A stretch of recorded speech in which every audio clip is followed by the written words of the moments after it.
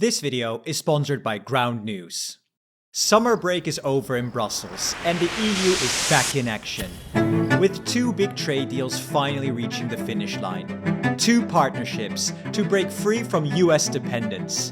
One deal with South America, and another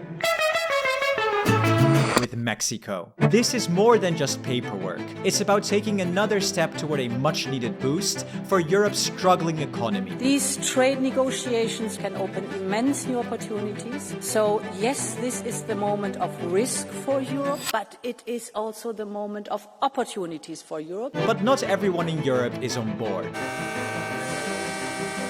France is pushing back.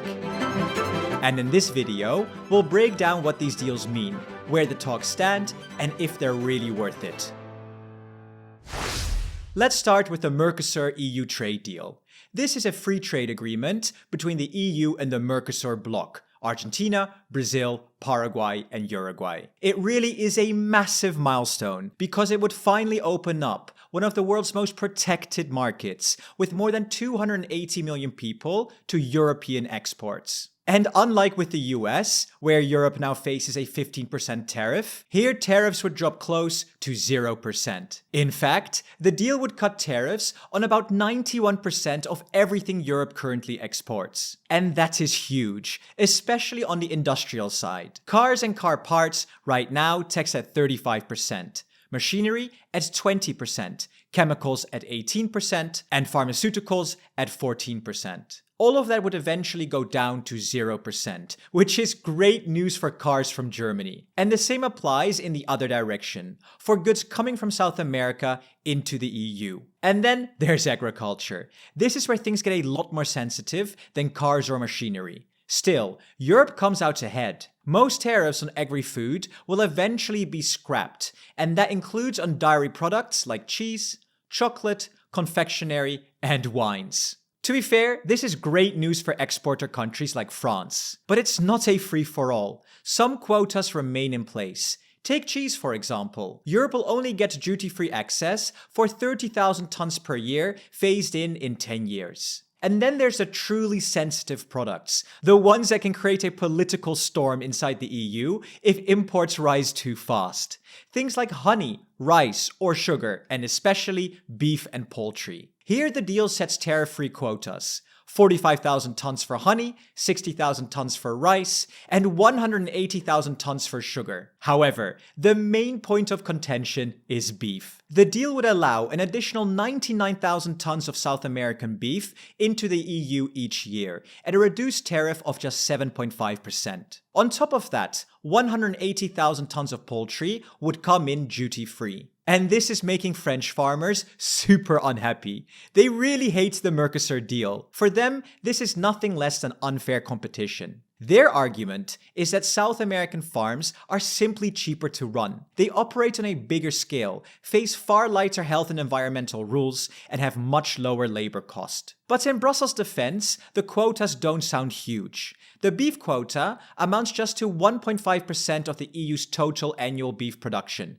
and poultry, this is only around 1.3%. Still though, farmers feel that those small percentages still feel like a threat. Nonetheless, the EU is determined to push ahead, despite long-standing French opposition, in particular President Macron. And what makes the Mercosur EU deal so interesting is how differently it's judged depending on political perspective. Almost everyone agrees it's strategically important, but the tone and focus diverge sharply. Left-leaning outlets tend to highlight the deal's economic potential, while stressing the European Commission's assurances that robust safeguards will protect farmers and soften the blow. Right-leaning coverage, by contrast, is more skeptical, warning of risks to national sovereignty and supporting Macron's stance against what he calls unfair competition. And this is exactly where our sponsor, Ground News, really shines. Their platform lets you see how the same story is covered across the political spectrum, so you don't get stuck in a single perspective.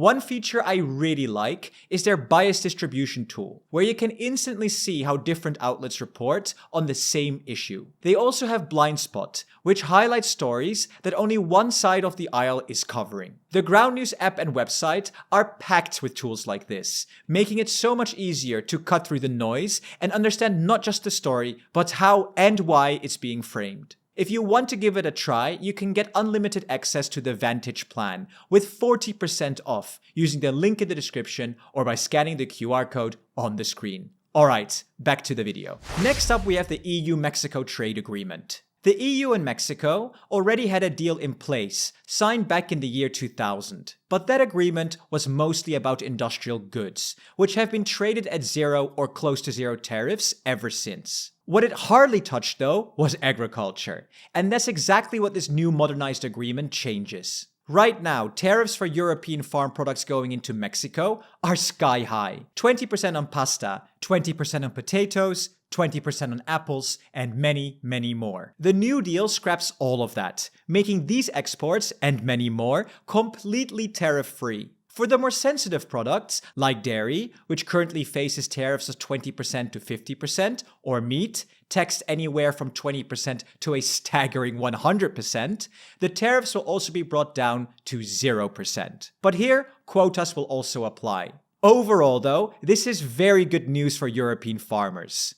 And of course, as always, the same goes in the other direction. Mexican agricultural exports will get easier access to Europe. Products like coffee, tuna, and of course tequila will now enter Europe tariff-free. And just like on the European side, quotas will kick in for the more sensitive products, like, you guessed it, beef. So those are the two trade deals.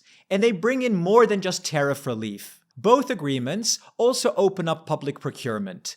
That means European companies can now bid for government contracts in Mexico and Mercosur countries, and their firms can do the same here in Europe. They also come with stronger commitments on sustainability and labor standards.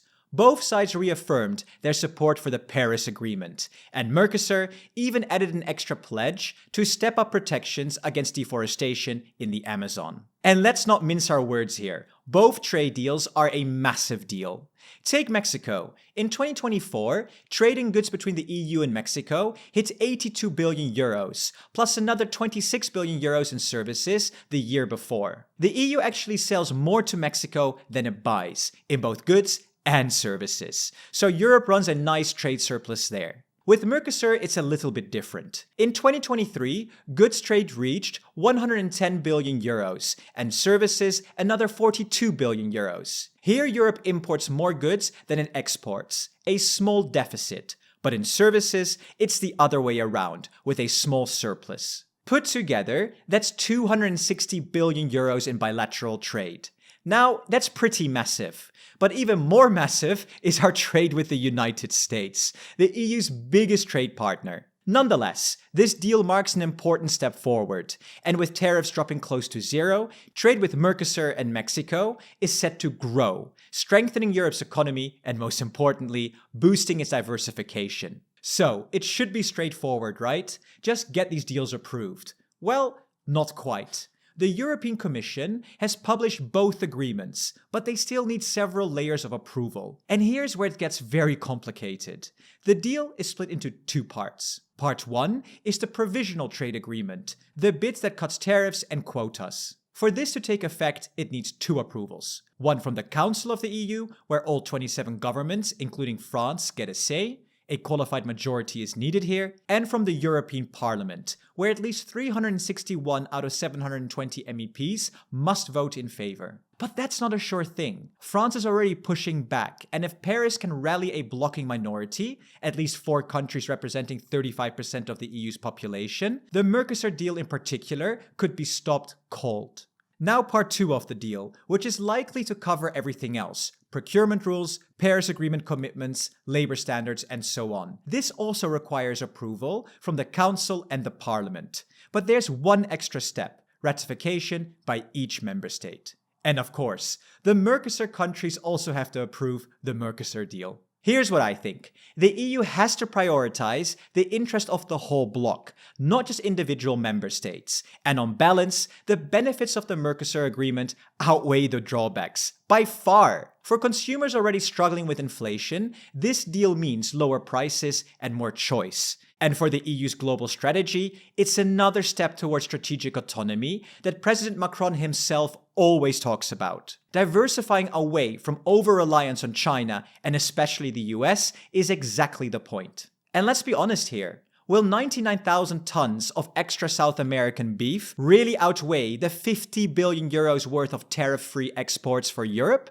I don't think so. The EU was built on compromise, on give and take. If France doesn't win this round, it will win another. What matters is that the decisions reflect the collective benefit, so Europe can keep moving forward as a strong, unified economic powerhouse, which we are. Thank you so much for watching, and if you want to dig deeper into media bias and understand how stories are being framed, check out our sponsor, Ground News. You can get 40% off the Unlimited Access Vantage plan by using the link in the description or scanning the QR code on the screen. And thank you so much to our presidents, Jan Schauke, Christian Peter AGVD, Daniel Unite Europe, Stefan, and Kiki Loksin. See you in the next video.